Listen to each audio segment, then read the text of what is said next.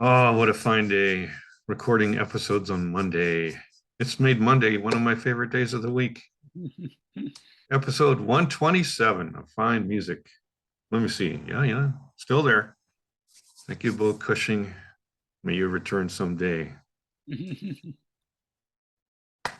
Uh, in our conversations, a little light bulb went up in my head of another old time rocker,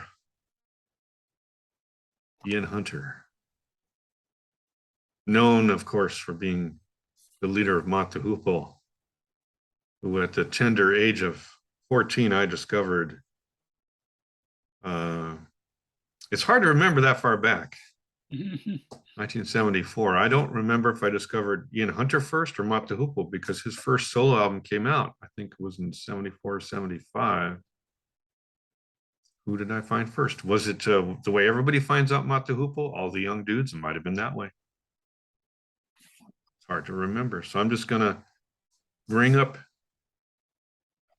his music that I have on the media player. I've got quite a bit. I'll just go through it real quick. See, screen share.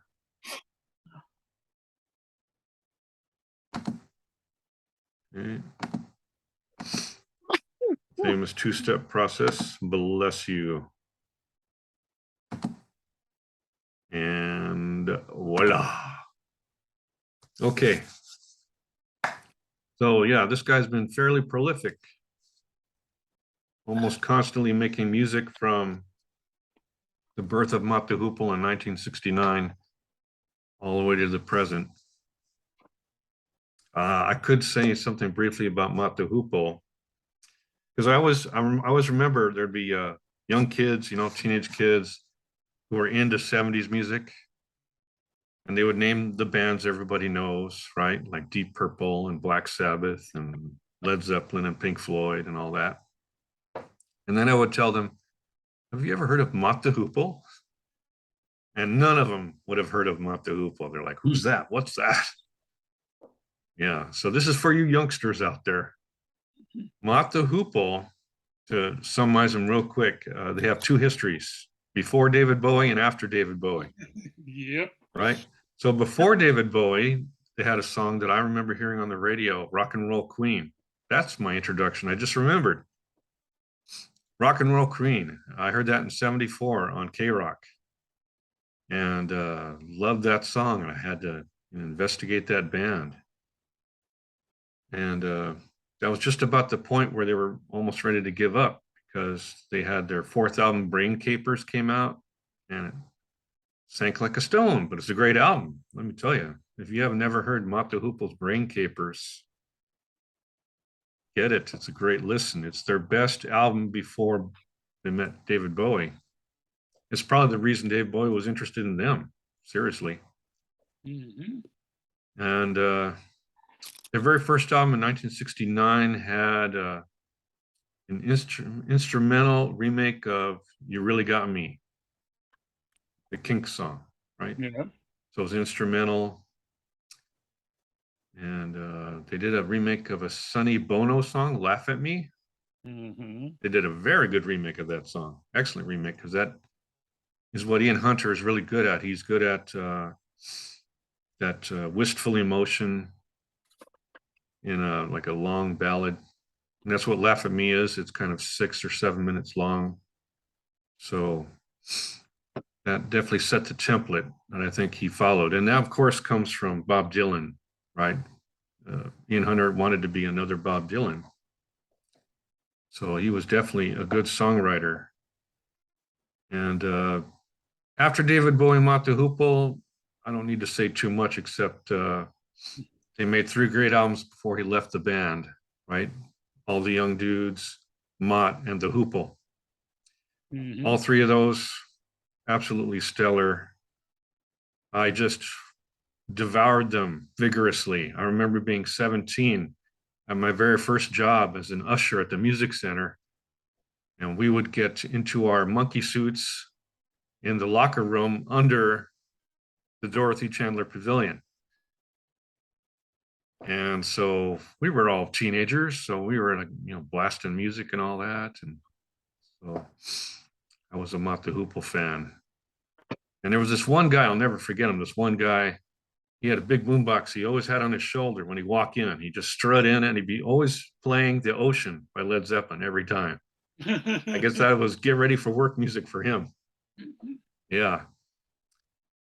And then, of course, like I said, Ian Hunter went solo. So let's go to his first album real quick because it's sensational. There it is. I believe it's from 1975. Yeah, that sounds right. 1975. That explains why this is the 30th anniversary release. And this is just one of those albums like Jim Babwe's talking about. There's not a bad song on it. There's 8 songs. People might know Once Bitten, Twice Shy because it was remade by some heavy metal band. Yeah. I think of it at the moment. The song on the radio, definitely that I loved a lot was Who Do You Love? Okay. And then digging deeper, getting back to that idea of doing a long song that's plaintive. The Truth, the Whole Truth, Nothing But the Truth is the best song on the album, in my opinion. Okay. And it's just a great listen all the way through. It even has a poem at the end. How about that? Spoken word.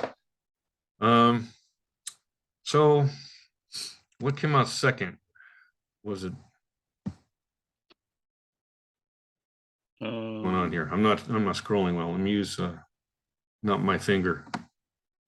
Get to the bottom, man. Oh, that's a famous one. I'll talk about this one, then we'll get to the other one.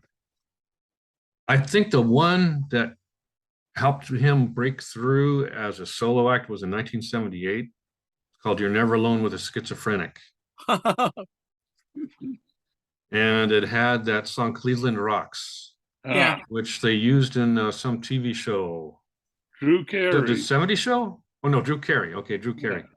Yeah, Drew Carey, Cleveland Rocks. And at first they used his version, then they used some hair metal band's version of it. And surprisingly enough, on this album, there's a song that was covered by Barry Manilow. No. Yeah, he covered Ships. Believe it or don't. But for your 18-year-old rocker here, I enjoyed Life After Death, Bastard. Those are the 2 best songs on the album for me. And I think he had a single from this album, Didn't Do So Hot, Just Another Night.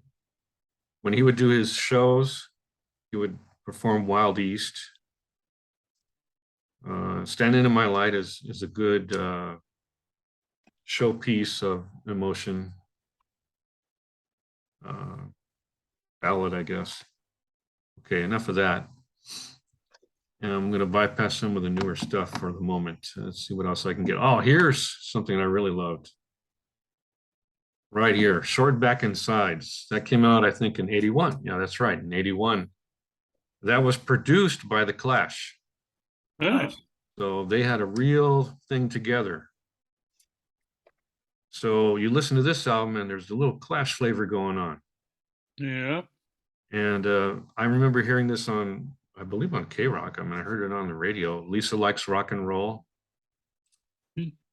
I think it was the one that was played the most. But my favorite song is actually the ballad, Old Records Never Die. That is such a classic song, Old Records Never Die. And he's got an upbeat song called Gun Control. I remember that one. Yeah, it takes the other point of view, right? Like, I got to have my guns, you know? So he's showing the folly of being a gun freak. Yeah. Yeah. And there's a couple of subdued ones. Noises and Rain are actually quite good. You know, they're offbeat. Well done. He's so good at that wistfulness. All right. Find another one here quick. This is his big comeback album, Rant, in 2001. This is another one of those albums where there's not a single bad song on it. I love this album. The closest you get to a bad song is Good Samaritan and American Spike because they're kind of cardboard cut out. But Wash Us Away is so good. And the best song here is probably the best song he's done in the 21st century, Dead Man Walking. because it's about a has-been rock and roller, Yeah. which I guess he thought he was at the time, right? Mhm. One of the old ones. That is a glorious 6-minute song. Absolutely glorious. It's utterly defiant. It's wonderful. Yeah. And then he's got a couple soft ones toward the end. Knees of My Heart, No One. Ripoff is a good rocker. Death of a Nation is a good rocker. Morons is making fun of the right wing Mhm. in England. Moving on. I said, moving on. Come on. Moving on. There we go. Now there's an outtake. In fact, I think it's called Long Odds and Outtakes from the album he did with The Clash. Huh, okay. So it's really spotty, right? But there's one song on there that is an absolute gem. It might be my favorite Ian Hunter song. It's called Listen to the 8-Track. What a song. What a song. What a wonderful late discovery for me. Basically, it's a song where he's describing being with his girlfriend in an old Buick Skylark, which was the car I learned to drive in. And he's listening to the 8-track with his girlfriend. And they're listening to Bruce Springsteen's The River, the double album, in the car. And he's cranking it and everything, but then they start getting romantic. So he turns it down and his girlfriend says, "Turn it up." Yeah, it was the mood. Yeah, so great song, such a memorable song. I have to say, that's a weird song to be the one that puts you in the mood for love. The River. Yeah.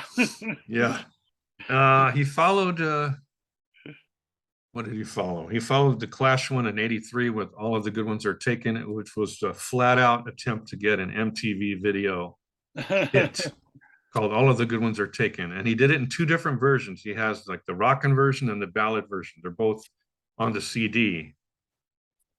I think I prefer, wow, they're both good. I can't prefer. And it's got some, good songs, but he's starting to crank out a little too much too fast. Death and Glory Boys is good. That Girl Is Rock and Roll. Like that. He at this point, he considers himself a trad rocker. Have you heard that term, trad rocker, traditional rocker? Yeah. This is the label he got. So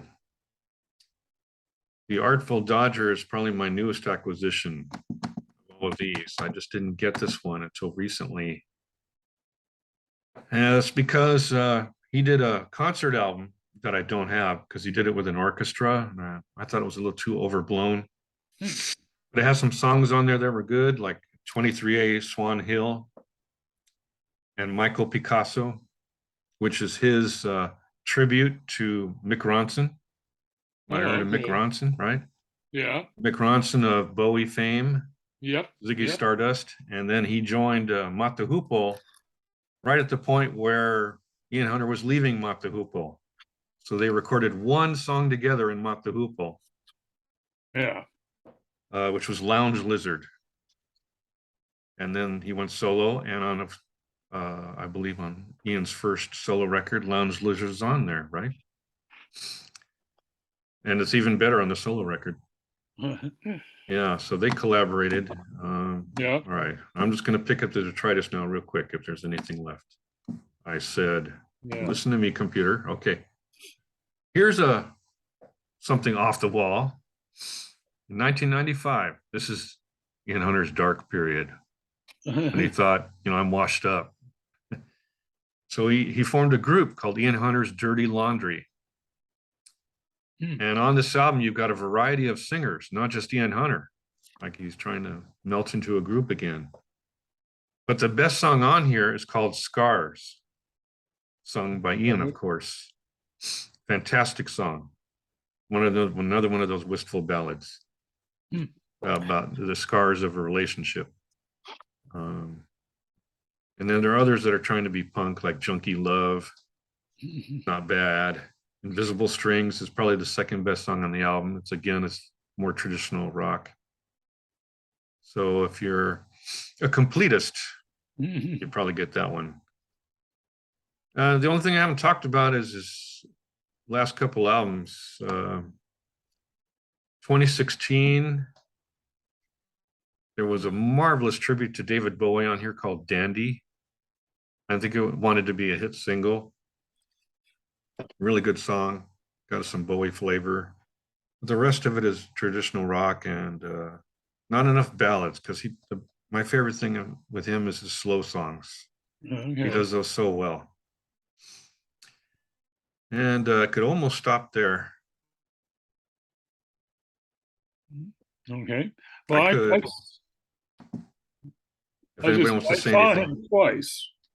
Actually, I saw him twice in the same summer. What'd you Summer of think? What year? 1979. 1979. Wow. He had Ronson in the band. Oh yeah. Yeah, who did quite a lot. And there's the live album that he did like in the early 80s that is similar to the set, but the thing is when I saw him, I saw him twice, and the first time he was opening for Blondie. Wow. And then a month later I saw him open for the Kinks. Talk about double bills. Wow.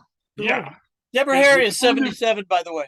Okay. Shows, the spread of his fan base that, he would have fans who liked the Kinks and fans who would like Blondie. Of course, since he was the opening act, he, had to perform a shorter set than he normally would at that time. But still, it was very good. Really, really, worth, like I say, yeah, two great double bills. Yeah, he came out with a live album from those shows. Yeah. You're right. You're right. I bought that album. I like that album. It's a very good album. It is. Yeah. 2-record set. Mm-hmm. Yeah. Maybe I'll go back and get it. I don't know. The mood strikes me. I just had to mention one more thing. That's why I was hesitating, because the one thing I didn't say that I would feel remiss not to say, if you like Ian Hunter's ballads, the best album for that is the second Mott the Hoople record called Mad Shadows. There's 2 songs on there that are just my favorite Mott the Hoople songs. I Can Feel and When My Mind's Gone. I highly recommend those if you like that style. It's paradise. It really is. It's cemented my love of Ian Hunter, that's for sure. So thank you for my indulgence. Certainly. Thank you.